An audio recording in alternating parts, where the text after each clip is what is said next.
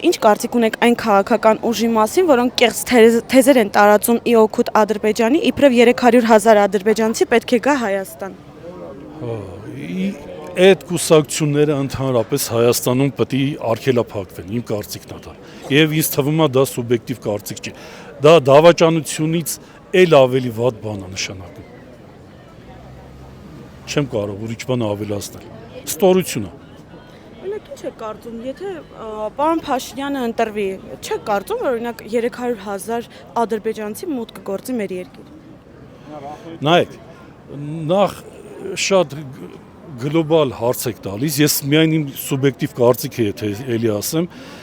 ես սովետ տեսած մարդ եմ։ Դեռ այն ժամանակներում մենք ադրբեջանցիների հետ ապրել ենք եղբոր նման։ Ես ինքս սովետական բանակում եղել եմ 1 հայ, 2 ադրբեջանցու հետ։ Էլի իմ հետ հայ չի եղել, ապրել ենք եղբոր նման։ Հիմա մենք դարերով թշնամի չպետք է լինենք այդ ազգին, գալու է չէ ժամանակ, լավ ես արդեն մոտ 60-ի մոտ մարդ եմ, բայց երիտասարդ սերունդը հավերժ թշնամիներ ունենալու գաղափարը ինչքանով է ճիշտ։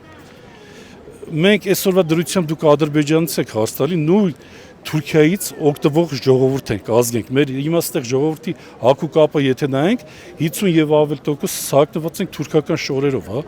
Ինչա